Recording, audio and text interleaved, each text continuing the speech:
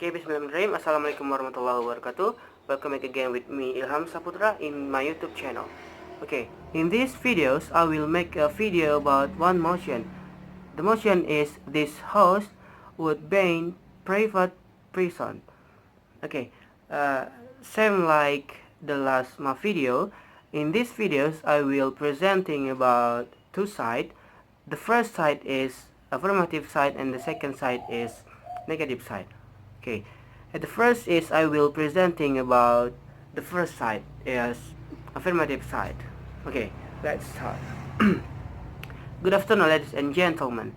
Today the affirmative team will be arguing that private prison costs more than public prison, and private prison causes a bigger debt for the state. For example, Montgomery County decided to construct the Joe Curley detention facilities.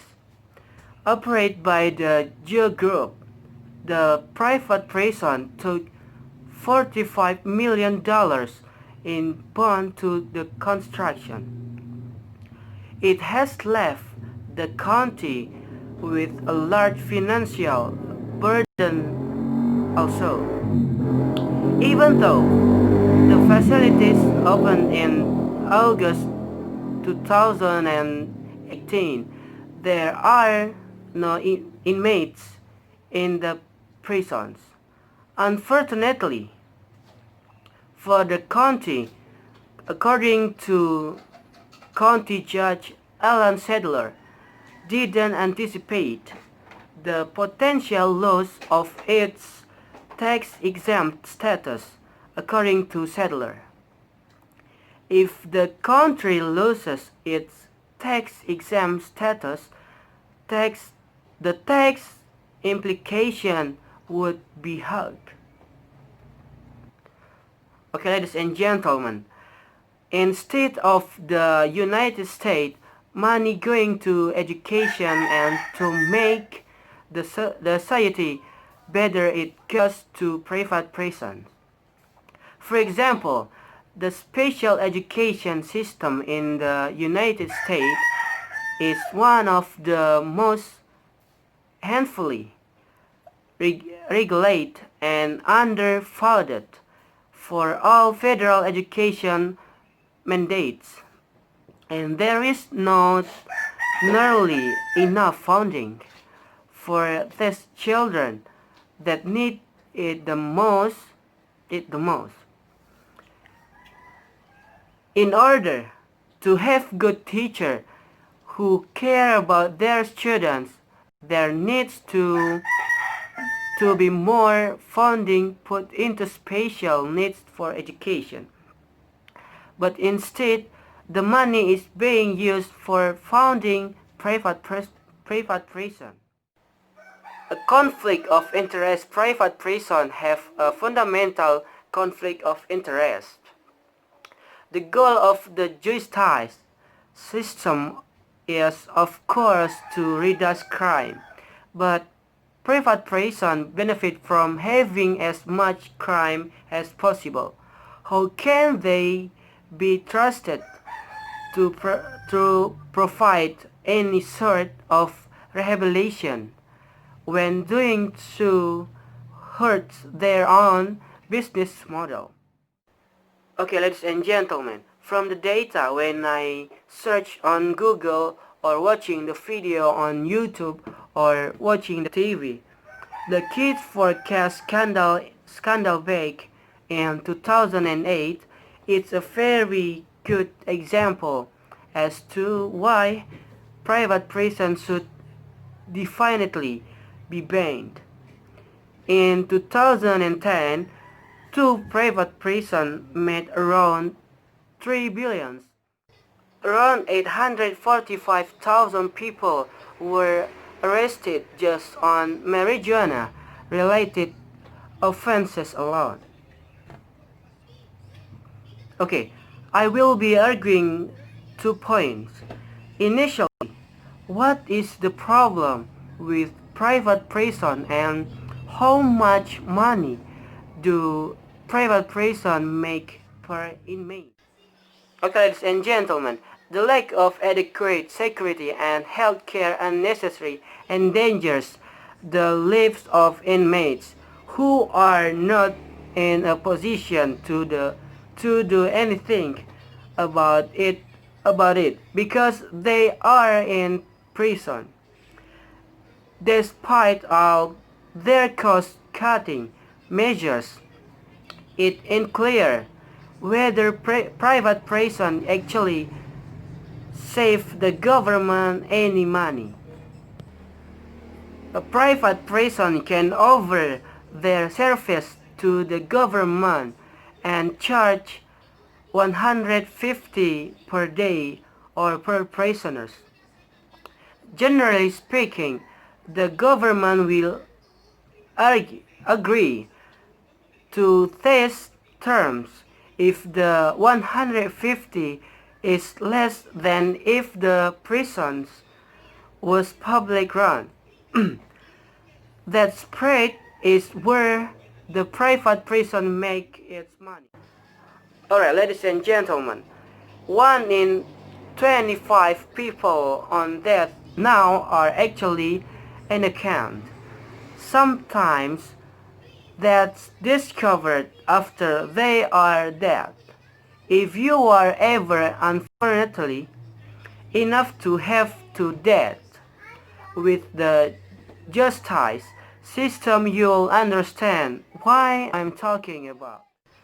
Many people face prison when in fact they aren't really criminals.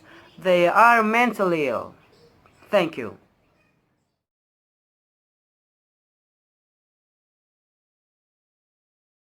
Okay, before I present my argument, the negative theme will contain the definition presented by the affirmative speaker. My opposition proposed that the private prison took $45 million in bond to the constructed. It was left the county with a large financial burden also. We contain that this definition is unrealistic because from the data or from the research, the private prison less than 45 million to constructed.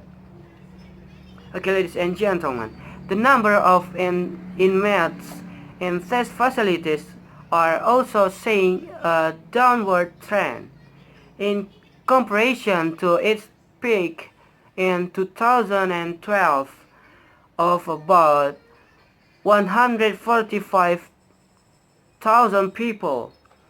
The private prison population has decreased about 12% in the past 5 years as more facilities are closing. Okay, the first speaker for the affirmative put forward an argument that a conflict of interest private prison have a fundamental conflict of intent, and the goals of the justice system is of course to reduce crime. We argue that this is a private prison benefit from having as much crime as possible.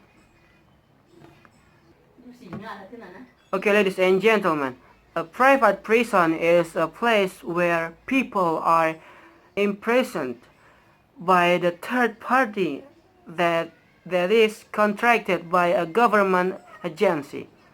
Private prison companies typically enter into contracted agreement with government that commit prisoners and then pay a per diem or monthly rate, either for each prisoners in the facilities or for each place, whether occupied or not. Such contract may be for the operation only of the facilities or for design, construction, and operation. Okay, ladies and gentlemen, a private prison are controversial I will argue for private prison are that it can save money, that contracts can attack profit motives to reduce or better condition, and that it can be a law for poorly performing operator to be removed and replaced. The main argument against contracting prison is that the right of inmates can be compromised, and that it can attack of profit motive to increase incarcerations. It's also argued that private management of prison is unethical.